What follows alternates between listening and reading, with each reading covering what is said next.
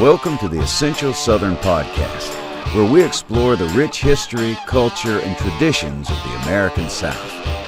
Welcome back to the Essential Southern Podcast. I am Brian McClanahan, the president of the Abbeville Institute and host of the podcast. Of course, this podcast is sponsored by the Abbeville Institute. Our mission is to explore what is true and valuable in the Southern tradition, and we do exist on your generous contributions alone. So if you like this podcast, our website, our programs, our webinars, our conferences, our lectures, all the things we do, videos, audio files, please consider a tax-deductible donation to the Abbeville Institute. It will help us do all of these things. Well, let's talk about Stonewall Jackson. And that's, of course, the title of this, Remembering Stonewall. This is actually from a section of a book on Stonewall Jackson by his widow, Mary Anna Jackson. The book is entitled Memoirs of Stonewall Jackson. It was published in 1895. Now, the reason I want to discuss this today in this particular section of the book is because oftentimes the opponents of the quote-unquote lost cause seek to dehumanize the people involved. The statues are not real in terms of real people, but they were remembering real people. But that's not what those who want to tear those things down, the iconoclasts, want you to think. They want you to view these people as inhuman, as subhuman, as not real. Because by doing that, it makes it easy just to eliminate them from the collective mind. And of course, if you start reading things like this, well, then you realize that these people were real people with real feelings. And in fact, if you can't get through this section of the book and reading it without having some kind of emotional response, you're really not human. It also shows you the extent of the dedication of Southerners to that cause for independence. That's something else that's often paraded about by the righteous cause mythologists. The Southerners really weren't that committed to the war, that many Southerners were just doing it because they had to, rich man's war, poor man's fight, that they had to, of course, conscript people, and that you had a large number of deserters. And we know that deserters happened on both sides. We know there was conscription on both sides. But the complete dedication of the South to the cause was tremendous. Of course, you're also going to hear that women weren't really that dedicated, when we know from the primary source material that women, in fact, were probably more dedicated to it oftentimes than the men. That the women actually sacrificed more than the men did on the home front on a regular basis. And so that's part of this story. Now, of course, the charge will be that this is some kind of lost cause propaganda, but Mary Anna Jackson is writing this from her remembrances. What actually happened in the waning days of 1863 when Thomas J. Stonewall Jackson was shot and then ultimately died after having his arm amputated. That's the section I want to focus on. And of course, it also brings us to his funeral, because you're going to see in that the outpouring of affection for a man who was highly regarded across the South, and also the outpouring of affection from the common soldier, from the people of Virginia, who supposedly weren't really that dedicated to the cause. You see, this is the fascinating thing about all of it. The entire opposition to this, the righteous cause mythologist myth, is built on a house of cards. There's nothing to it. Whereas the other side, it talks about the dedication of the South to independence, the dedication of the South to their wounded and dead heroes, because that's what these monuments were about, the dead soldiers across the South. And then, of course, the healing of the war. The reason that she was publishing this book, and of course, Mary Anna Jackson had a daughter, and she never remarried. She became known as the Widow of the Confederacy. But the dedication of these women to preserving the memory of the men, their husbands, fathers, brothers, sons, cousins, uncles, these men that had died in service of independence. And they did it all across the South. And that's what those monuments meant. Many of them were erected in cemeteries. We were told for years those monuments wouldn't come down in cemeteries. Now we've seen that actually happens. We were told for years that bodies wouldn't be exhumed and moved. We've seen now that that happens.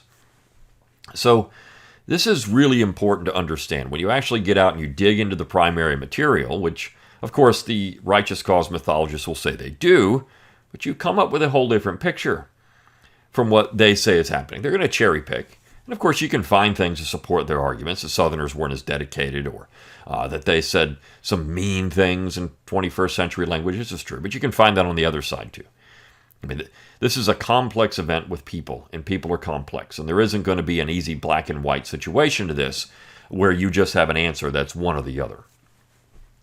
But you will have, and you will get a sense. And historians have actually done the work, like Gary Gallagher, who is by no means a lost cause mythologist. In fact, he's written a book attacking it. But regardless, his Confederate War shows you the dedication of Southerners to this particular cause. Or even James McPherson, again, a man who is by no means a lost cause mythologist, but his book, For Cause and Comrades, shows you the dedication of Southerners to this. And of course, on the other side, you have wonderful books that are talking about the Union cause. Gary Gallagher wrote a book entitled The Union War that gets into their crusade, which was not for the abolition of slavery. Some Unionists, supporters were interested in that, but most were not. They were interested in preserving the Union, whatever that meant. And of course, then you have William Marvel's wonderful book, Lincoln's Mercenaries, which shows you the economic motivation for many men who joined the Union Army because this was a way to make a paycheck. And you saw that across the North, whereas you really didn't have that in the South. So you have this real dichotomy developing. On one side, you have a push for independence from a predominantly volunteer army. On the other side, you have a push for independence from a predominantly paid army who wouldn't have fought if they didn't get the money. Even the commutation fees that were paid by many Northerners of $300 to keep their sons out of the war, that's still a paycheck for those men going off to fight. So this is a really important issue, and you do see the split. Now, this is why for years after the war was over, in Europe and elsewhere, people said when the world looks back at this war, they're going to respect the Confederate soldier for his dedication to the cause. And of course, that was true for a very long period of time, until we allowed political ideology to get involved. And of course, we see the outgrowth and the results of that in 2024. So I want to get into this piece. And now, just to set this up, Jackson has already been wounded. He's lying essentially on his deathbed at this point. And his wife, Marianne, is called in to see him. Now, they have a very young infant daughter. And so he has not really seen her much since during the war. I mean, he's been busy. Of course, he's one of the most important general officers in the Confederate Army.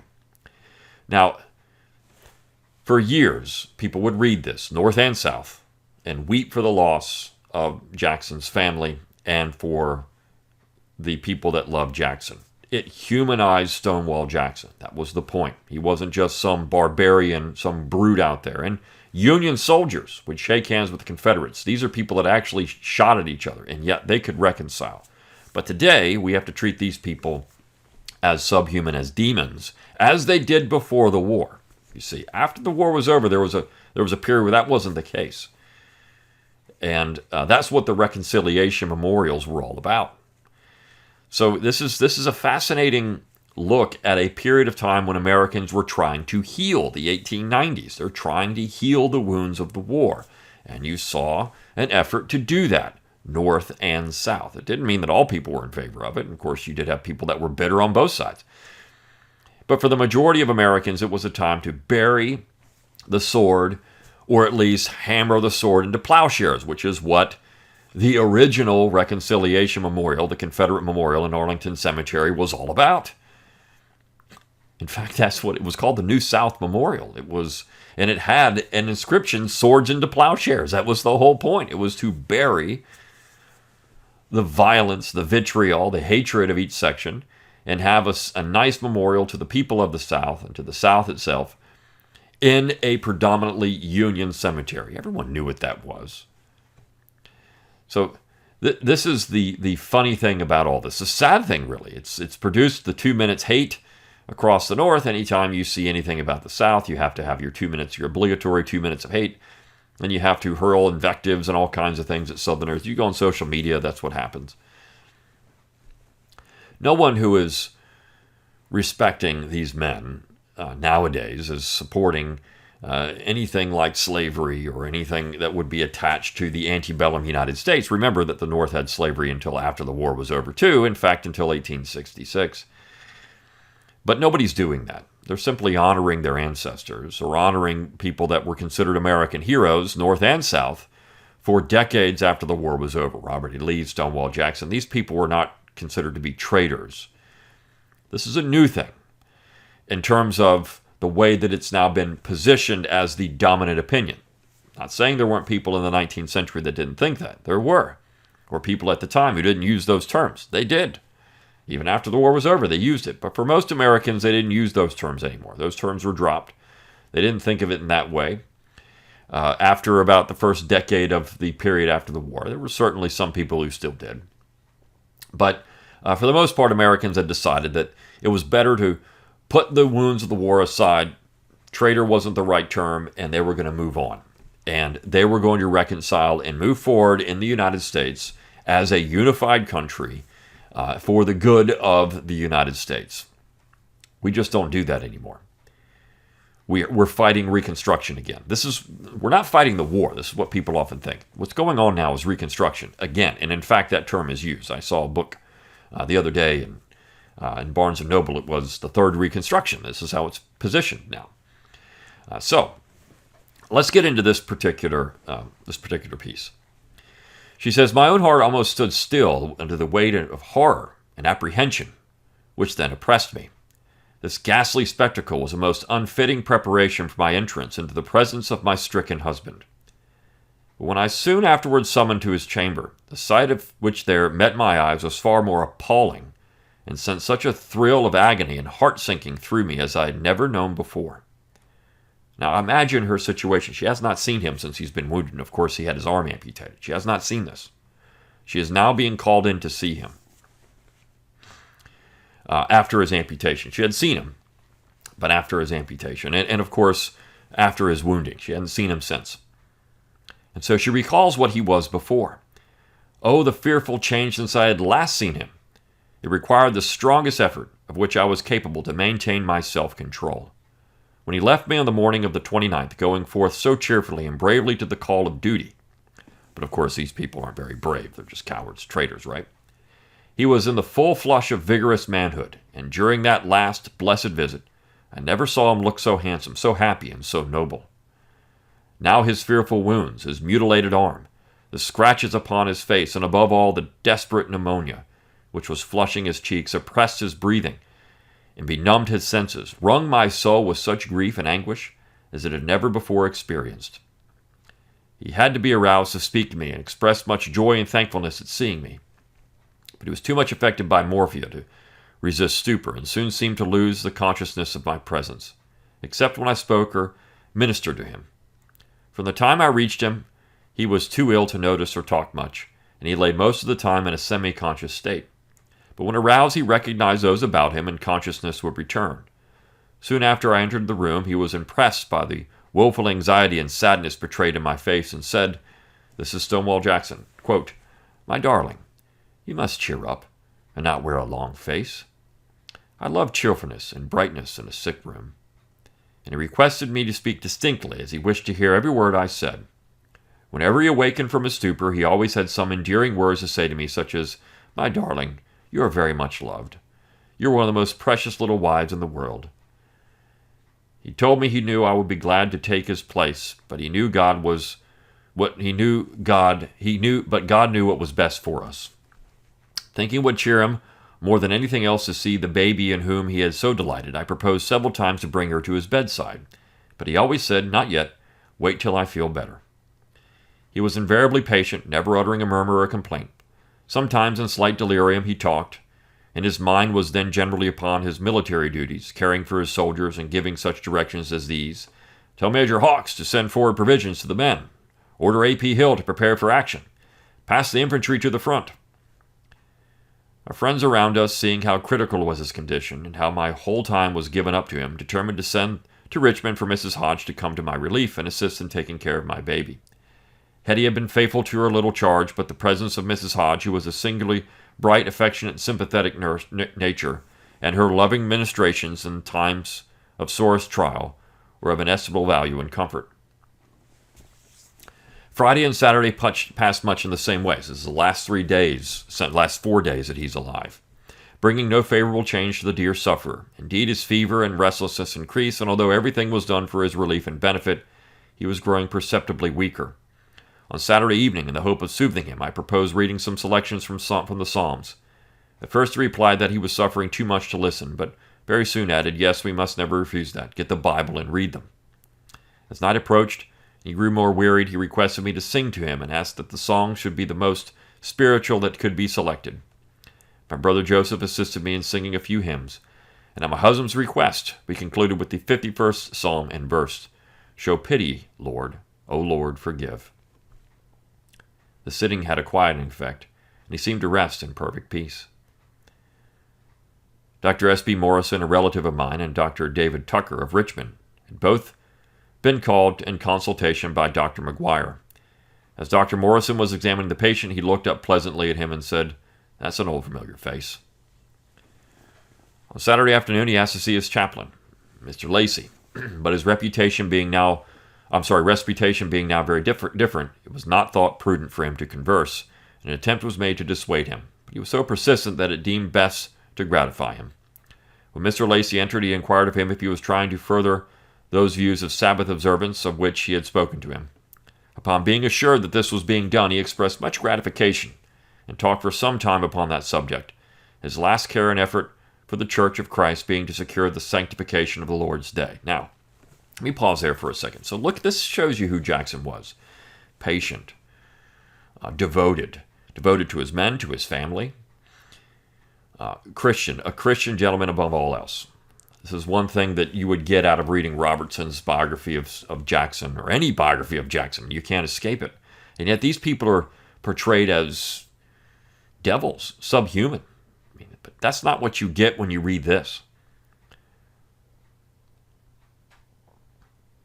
This, more than anything else, again, if you don't have any kind of emotional response to this, you're not human. And of course, we know that the other side, well, he deserved it. He was a traitor. I mean, this is what you get, right? But really? Apprehending the nearness of his end, Mr. Lacey wished to remain with him on Sunday, but he insisted that he should go, as usual, to preach to the soldiers. When Major Pendleton came to his bedside about noon, he inquired of him, "Who is preaching at headquarters today?" When told that Mr. Lacey was, and that the whole army was praying for him, he said, "Thank God, they are very kind." As soon as the chaplain appeared at headquarters that morning, General Lee anxiously inquired after General Jackson's condition. And upon hearing how hopeless it was, he exclaimed with deep feeling, "Surely General Jackson must recover. God will not take him from us, now that we need him so much. Surely he will be spared to us, in answer to the many prayers which are offered for him." And upon Mr. Lacey's leaving, he said, "When you return, I trust you will find him better.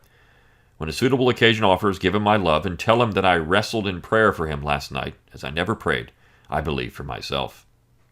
Here his voice became choked with emotion, and he turned away to hide his intense feeling.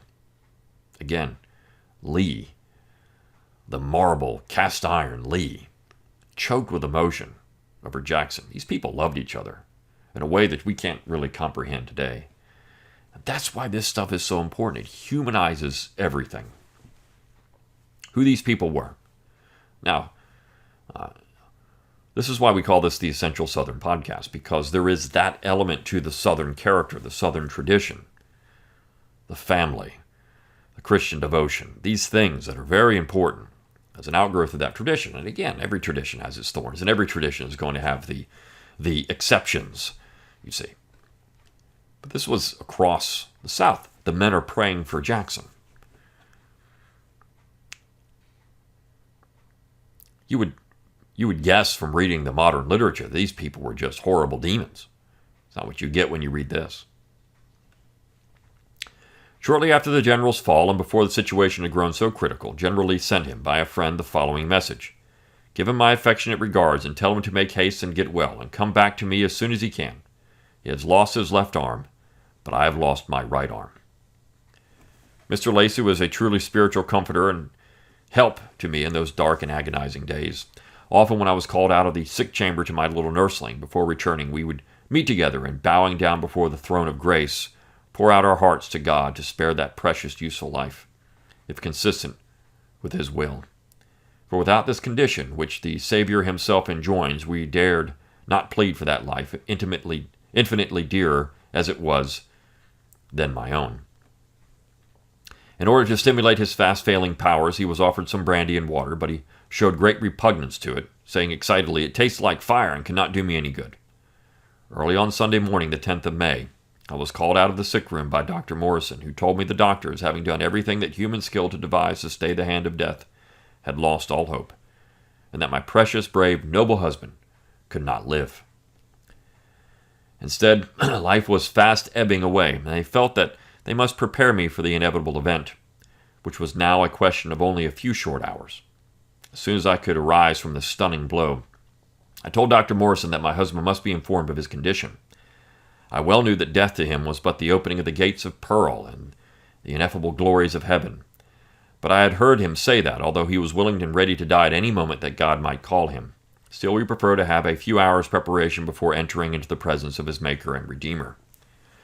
I therefore felt it my duty to gratify his desire. He now appeared to be fast sinking into unconsciousness, but he heard my voice and understood me better than others, and God gave me the strength and composure to hold a last sacred interview with him, in which I tried to impress upon him his situation and learn his dying wishes. This was all the harder because he had never, from the time that he had first rallied from his wounds, thought he would die, and he expressed the belief that God still had work for him to do, and he would raise his hand up for him to do it. When I told him the doctors thought he would soon be in heaven, he did not seem to comprehend it and showed no surprise or concern. But upon repeating it and asked him if he was willing for God to do with him according to his own will, he looked at me calmly and intelligently and said, "Yes, I prefer it. I prefer it." I then told him that before the day was over, he would be with the blessed Savior in his glory. With perfect distinctness and intelligence, he said, "I will be an infinite gainer to be translated." I then asked him if it was his wish that I should return with our infant to my father's home in North Carolina. He answered, "Yes, you have a kind, good father, but no one is so kind and good as your heavenly Father." He said he had many things to say to me, but he was then too weak. Preferring to know his own desire as to the place of his burial, I asked him the question, but his mind was now growing clouded again, and at first he replied Charlotte, and afterwards Charlottesville. I then asked him if he did not wish to be buried in Lexington, and he answered at once, "Yes, Lexington, and in my own plot." He had bought this plot himself when our first child had died as a burial place for his family. And of course, that's where he is today. There's still a monument to Jackson there, and his wife is buried there, his daughter's buried, he's buried there, his infant daughter, and he's buried there. Mrs. Hodge now came in, bearing little Julia in her arms, with Hetty following, and although he had almost ceased to notice anything, as soon as they entered the door he looked up, his countenance brightened with delight, and he never smiled more sweetly as he exclaimed, "Little darling, sweet one." She was seated on the bed by his side, and after watching her intently, with radiant smiles, for a few moments he closed his eyes as if in prayer. Though she was suffering the pangs of extreme hunger from long absence from her mother, she seemed to forget her discomfort in the joy of seeing that loving face beam on her once more. And she looked at him and smiled as long as he continued to notice her. Tears were shed over that dying bed by strong men who were unused to weep, and it was touched to see the genuine grief of his servant Jim, who nursed him faithfully to the end. Now, of course, that's going to be viewed as lost cause mythology. Jim, of course, is his slave, and he did own slaves, but his servant, and he tended to Jackson, and of course, he grieved for him just like anyone else did.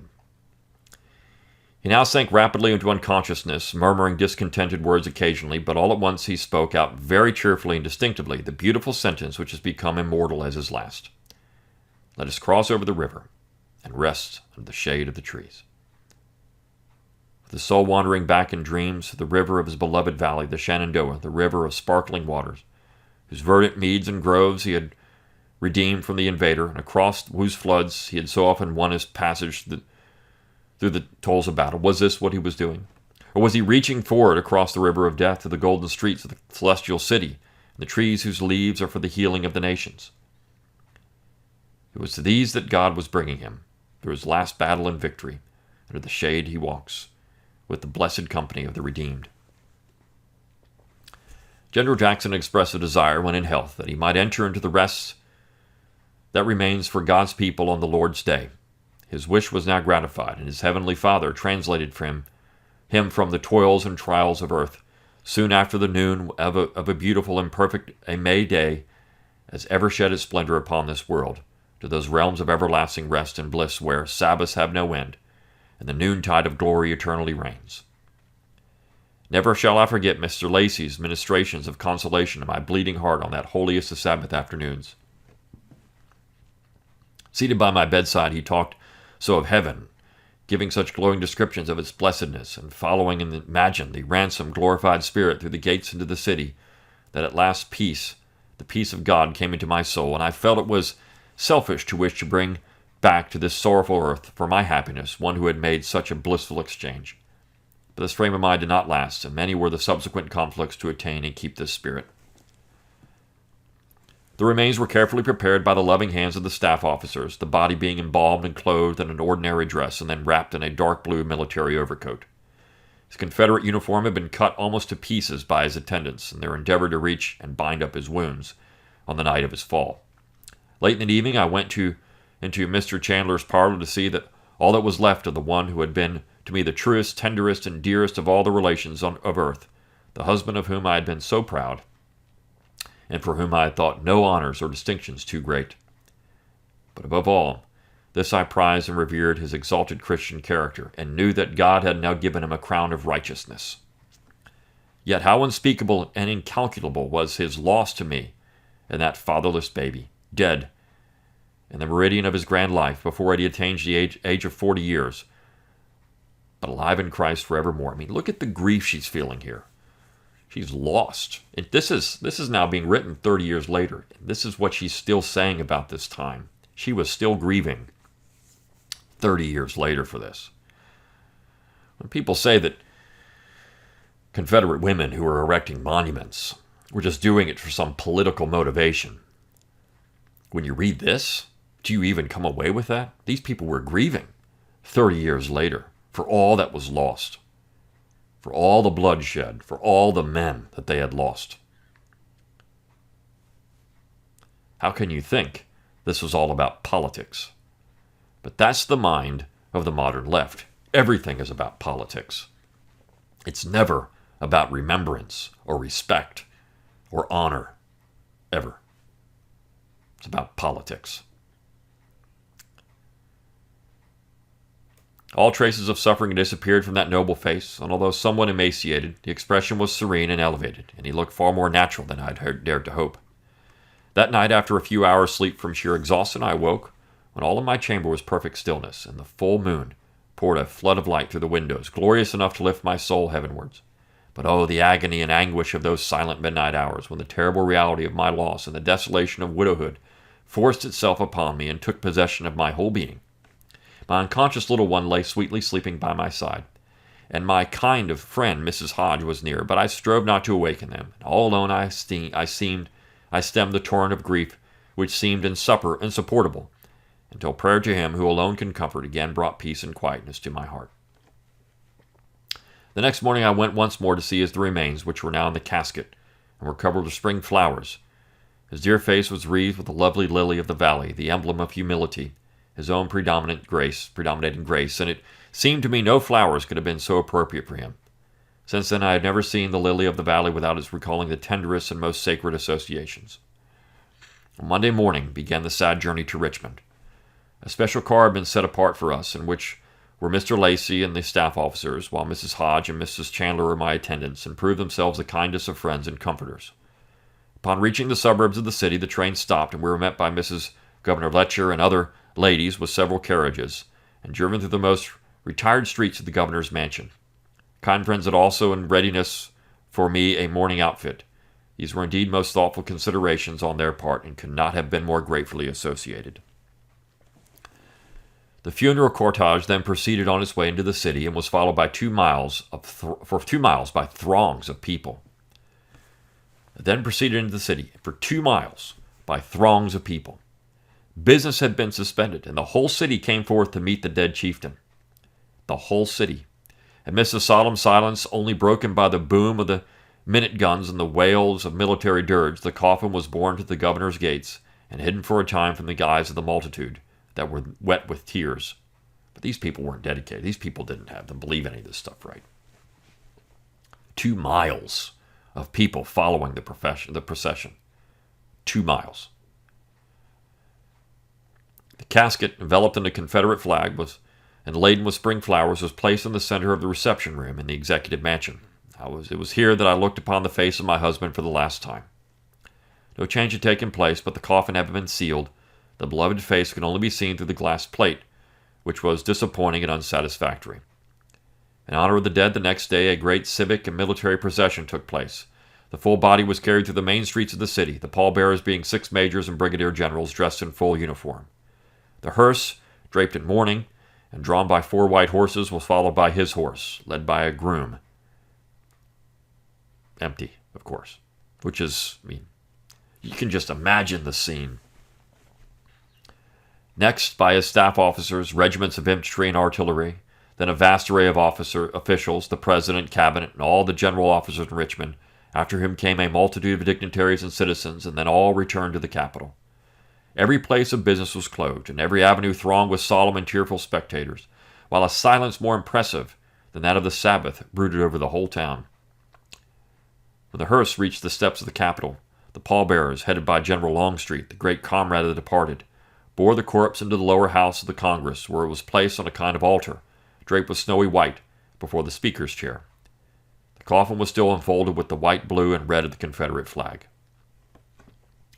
The Congress of the Confederate States had a short time before adopted a design for their flag, and a large and elegant model had just been completed, the first ever made, which was intended to be unfurled from the roof of the Capitol. The flag the President had sent as a gift to the country, to be the wing sheet of General Jackson.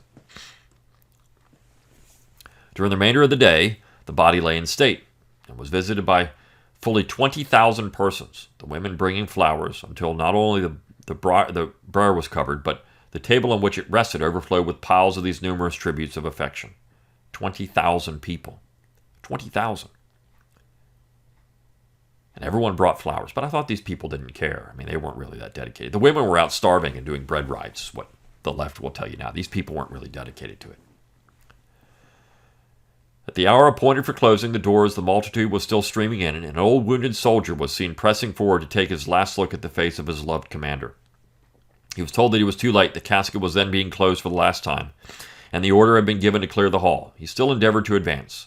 One of the marshals threatened to arrest him if he did not obey orders. The old soldier hereupon lifted up the stump of his mutilated arm. With tears streaming from his eyes, exclaimed, "By this arm which I lost for my country, I demand the privilege of seeing my general once more." The kind heart of Governor Letcher was so touched by this appeal that at his intercession the old soldier's petition was granted. The tears which dropped over his brow by strong men and gentle women were the most true and honorable tributes that could be paid to him. And even little children were held by their parents that they might reverently behold his face and stamp his name upon their memories.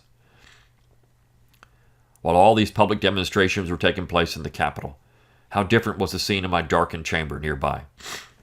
A few loving friends came to mingle their tears with mine, among whom was my motherly friend, Mrs. William N. Page, and my eldest brother, Major W. W. Morrison, arrived that day from North Carolina. Both of these dear ones accompanied me on the remainder of that sad pilgrimage to Lexington.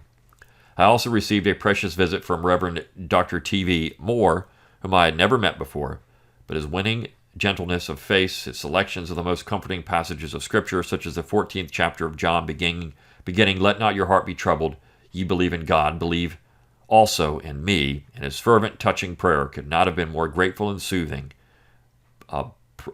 proving balm indeed to my wounded, crushed heart. I never saw him again, but he too has long since joined that army of the living God, part of whose host have crossed the flood, and part are crossing now.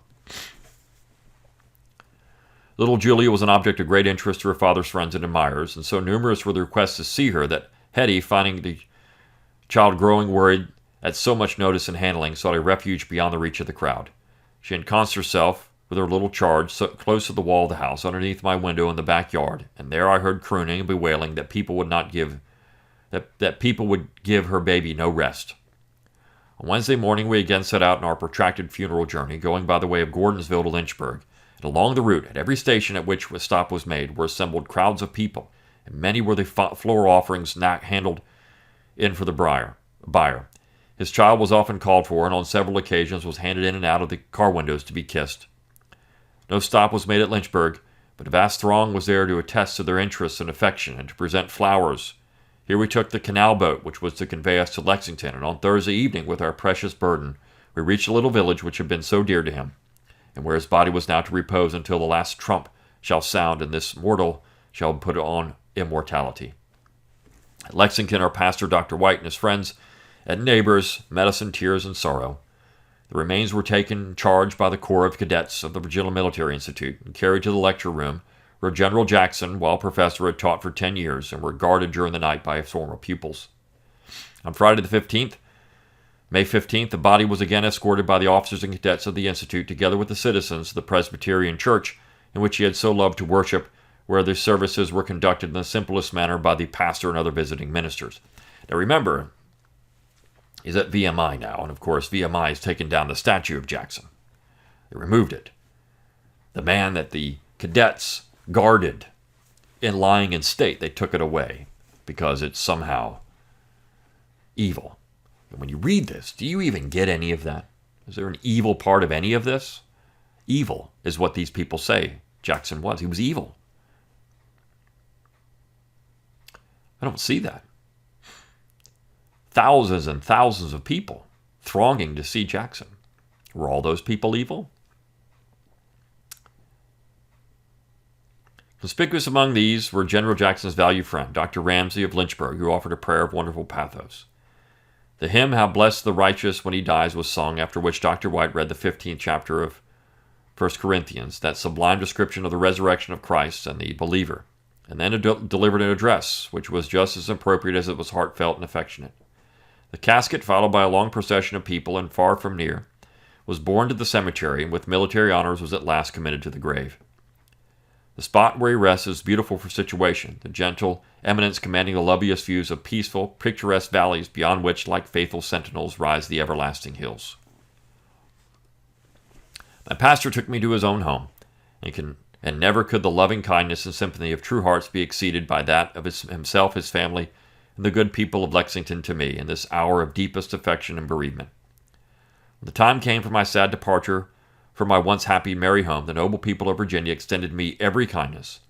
I was provided with 2 escorts to convey me to my father's home in North Carolina, one of General Jackson's staff being detailed by the military authorities to attend me. And the Virginia Military Institute, wishing to do honor to the name of its late professor, also sent one of his colleagues upon the same mission. I mention these facts simply in token of gratitude, and realizing that these and all the tributes paid to my hero husband are but evidences of the love and veneration in which his name and memory are enshrined in the hearts of his countrymen and of the good and noble of all lands. I love that last line. I mention these facts, all of this, in token of the gratitude and realizing that these and all the tributes paid to my hero husband are but evidences of the love and veneration in which his name and memory are enshrined in the hearts of his countrymen and of the good and noble of all lands. These are things that people said about Confederate soldiers' monuments, whatever it was, the veterans, years after the war was over. Not anymore. But again, the scene. Thousands of people dedicated to seeing Jackson, grieving, laying up so many flowers. It covered the entire casket and scene. What a beautiful tribute. The anguish that she went through, the anguish that he went through, and the Christian sentimentality of all of this. You can't escape how the character of Jackson and the character of these people in this passage. Where in this are devils or evil people? Where in this? Where do you find that? Where do you find people who hated? You find none of that. And of course, these are people that loved deeply. But this is not what you get from the modern narrative. And you would get, well, but they deserved it, as I said before. These people just weren't that dedicated to any of this. It's not what you get in the literature of the time. It's not what you get in the literature of the decades after the war. But of course, that's all lies, according to the modern narrative, the righteous cause myth. It's all lies. But this is why we have these Essential Southern podcasts, to go through things like this, primary documents. This is a primary document. It's the eyewitness testimony of what was happening there. It's from his widow, from his wife, and what she felt and thought, and what went on around her, the details that no one else would have known. Does it have a literary quality? Absolutely. But these things were impressed on her. Again, she never remarried. And these are the sources that we should be reading for understanding the Southern cause of the time and what these people thought and how dedicated they were to it. Now, what can we glean from that for the Southern tradition? Well, clearly, Christianity, family, place, wants to be buried in Lexington, dedication to a cause, heroism, humility, because it's there, tenderness, grace, all of these things are there. It's all part of the tradition and something that we should celebrate. See you next time on the next episode. See you then.